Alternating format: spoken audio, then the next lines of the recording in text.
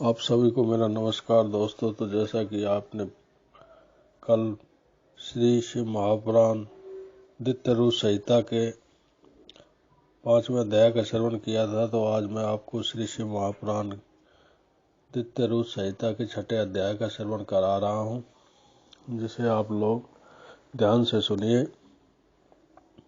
ब्रह्मा जी के द्वारा प्रकृति के 25 तत्वों का वर्णन। ब्रह्मा जी बोले, हे ब्राह्मण, तुमने लोक कल्याणकारी है बड़ा ही उत्तम प्रश्न किया है, जिसे भगवान विष्णु भी नहीं जानते। महाप्रलय के समय में जब स्थावर जंगम के नष्ट होने पर जब सूर्य ग्रह ताराओं से रहित होकर सब अंधकार में हो गया था और चंद्र, दिन रात, अग्नि, वायु, पृथ्वी, जल कुछ भी नहीं था, प्रधान आकाश और अन्य तेज भी शून्य हो गया था, तब सूर्य से भेदन करने योग्य निरंतर घोर अंधकार में वह एक पर ब्रह्मा ही था, जिसको सत कहते हैं। जब सत असत स्वरूप कुछ भी नहीं रह गया और जिसको योगी निरंतर हृदय आकाश में देखते हैं, जो मन वाणी से पर इंद्रियों के विषय से रहित, नाम और वर्ण रहित, स्थूल तथा सूक्ष्म भी नहीं है, जिसमें हिस्र, दीर्घ एवं लघु, गुरु, घटना, बढ़ना भी कुछ नहीं होता, श्रुति भी जिसकी सत्ता को चकित होकर कहती है,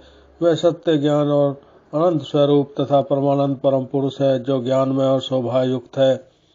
जो अमूर्त परम तत्व है वही सदाशिव की मूर्ति है। इसी को पंडित अवारचीन और पराचीन ईश्वर की मूर्ति कहते हैं। उसने अपने शरीर से स्वच्छंद शरीर वाली, कभी नाश न होने वाली शक्ति प्रकट की। वही प्रधान प्रकृति, वही गुणवती माया और वही विकार से रहित बुद्धि तत्वजननी माता कहलाई। वही शक्ति अंबिका प्रकृति संपूर्ण लोकों की ईश्वरी, त्रिदेवों की माता, नित्या और मूल कारण कही गई, जिसकी 8 भुजाएं, जो विचित्र मुख वाली शुभ्रा है, अचिंत्य तेज से युक्त, सबको उत्पन्न करने वाली, अकेली ही वह माया संयोग से अनेक प्रकार की हो जाती है। और शिव शंकर, जिनका कोई ईश्वर नहीं है, वही पर पुरुष ईश्वर हो, जो सिर पर गंगा को धारण किए, ललाट पर चंद्रमा धारण किए और 3 नेत्र वाले हैं, जिनके 5 मुख और 10 भुजाएं, जो त्रिशूलधारी प्रसन्नचित कपूर के समान गौर शरीर एवं भस्म लगाए काल स्वरूप भगवान। उन्होंने उस शक्ति को साथ लेकर शिवलोक नामक क्षेत्र की रचना की। उसी उत्तम क्षेत्र को काशी कहते हैं, जो परम मोक्ष को देने वाली और सर्वोपरि विराजमान है। उस क्षेत्र में परमानंद स्वरूप शिव जी पार्वती शक्ति सहित निवास करते हैं। हे मुनि, प्रलयकाल में भी वह क्षेत्र शिव पार्वती से रहित नहीं होता है और इसी से उसको अभिमुक्त कहते हैं।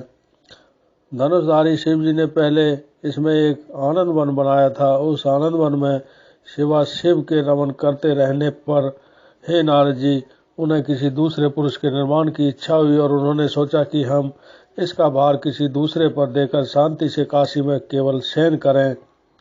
इस प्रकार निश्चय कर उनके दक्षिण के 10वें अंश में सुधारूप आसव का व्यापार किया, जिससे त्रिलोकी में एक सुंदर पुरुष का आविर्भाव हुआ, जो शांत और सत्व गुण से युक्त एवं गंभीरता में सागर के समान था।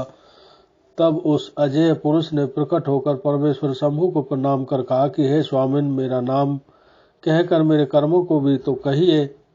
यह सुनकर प्रभु शिव जी हंसकर बोले कि सर्वत्र व्यापक होने से जगत में तुम्हारा विष्णु नाम प्रसिद्ध होगा तथा भक्तों को सुख देने वाले तुम्हारे और भी बहुत से नाम होंगे।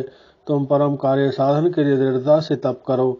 ऐसा कहकर शंकर जी ने अपने श्वास मार्ग से वेदों को दिया। तब अच्युत भगवान विष्णु ने शिव जी को नमस्कार कर बड़ा तप किया और शिव जी अंतर ध्यान हो गए।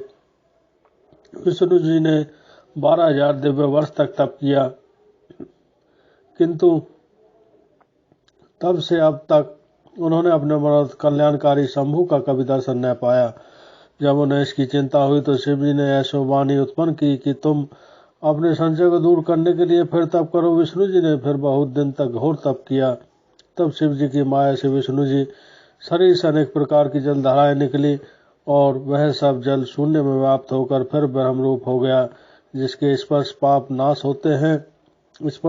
नाश होते हैं। फिर तो वह पुरुष विष्णु जी थक कर प्रसन्नता से बहुत काल तक मोहित हुए और स्वयं ही उस जल पर सो गए। उसी समय उनका श्रुति संबद्ध नारायण नाम भी हुआ और प्रकृति पुरुष के बिना उस समय कुछ भी नहीं था। उसी समय में उन महात्मा से सब तत्वों की उत्पत्ति हुई, फिर उनका विस्तार हुआ। पहले प्रकृति से महान और महान से 3 गुण उत्पन्न हुए, फिर उससे 3 गुण और भेद वाला अहंकार उत्पन्न हुआ। उससे तन्मात्रा, शब्द, स्पर्श, रूप, रस और गंध, पंचभूत पृथ्वी, जल, तेज, वायु और आकाश प्रकट हुए।